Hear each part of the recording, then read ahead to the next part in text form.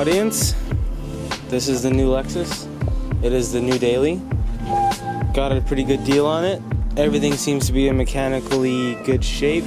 Got it checked out by our local mechanic and got oil changed and whatnot. It's got brand new tires on it. Interior's needs a little bit of love, but that's okay. It's got some downsides, but for the price we paid for it, we'll make it work and make it love it, you know, give it some more life. Should be a cool car. It's basically like a land yacht to get us on long trips and for these hot California days where it gets up to like 105 degrees regularly. But yeah, probably no crazy mods to it, nothing insane, maybe just VIP type thing, you know, dual exhaust tip, some rims, that type of thing. But yeah, that's what's going on. Anything you want to add?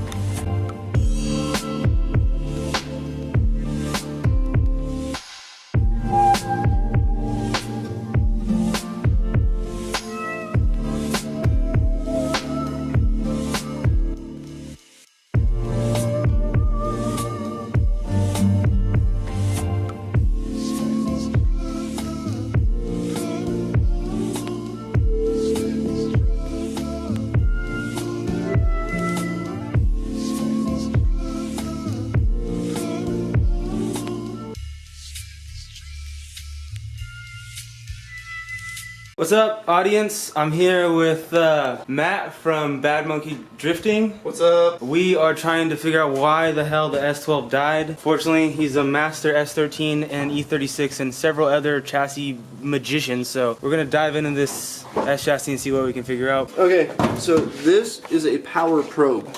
It's an extremely useful tool. It is one of the best electrical tools that you can get for doing car work and diagnostic work. This uses a 12-volt system and it plugs into your battery or your cigarette lighter, and it does quite a few things. It makes a noise when you touch it, which you can turn off. But whenever you have power or ground that's active, you can take this and touch it. You can see there that it says negative and 0, 0, so that means it's a good ground. Touch the next one. Again, it's another good ground that's open. Another good ground that's open. If you cycle the key on real quick, a couple of these will turn to positive 12 volt. Awesome, thank you for the explanation. The fuel pump has been determined to work. Yep, it's working and the computer is priming it like it's supposed to. So now we're checking the ignition timing for this crazy 8-spark 4-cylinder and see if we can't figure out if the problem's coming from. Okay, so on inspection, coils are all plugged in the right way. It seems the wires are all plugged in correctly, and they all seem to be seated, so we decided to take the distributor cap off, see what was going on, and yeah, that's kind of just not doing anything there. That's bad. So we're gonna have to fix that, and the S12 should be fine.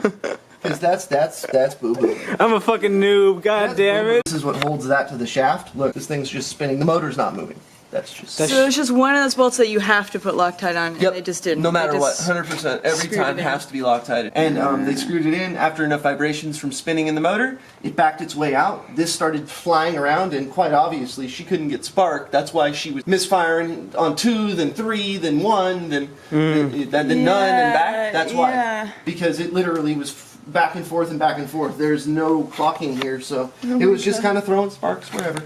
Wow, and it's still red. Well, we've tried to get her going and made some small changes. See if this works. Oh, the battery. Oh, yeah, you want power, don't you? Ha! Look at that. Definitely didn't work. Oh, there we go. That electricity thing, right. Detail.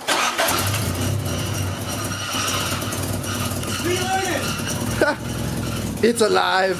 It's sad, but it's alive. Give it a little gas. Kind of like a retarded, like, RV. Well, it runs. Okay, so after finding out that this little bolt right here had backed out inside of the distributor cap, the rotor was free spinning inside the shaft, meaning the electricity was not getting fired to the correct cylinders at the correct time. We put it in here by hand to see if it would work, to validate that we had correctly fixed it, and we did. We're now taking it out because it needs to be Loctite in there. If it's not, it will come out again. Any and all moving or spinning parts in an engine need some sort of thread locker in them. Beautiful, thank you.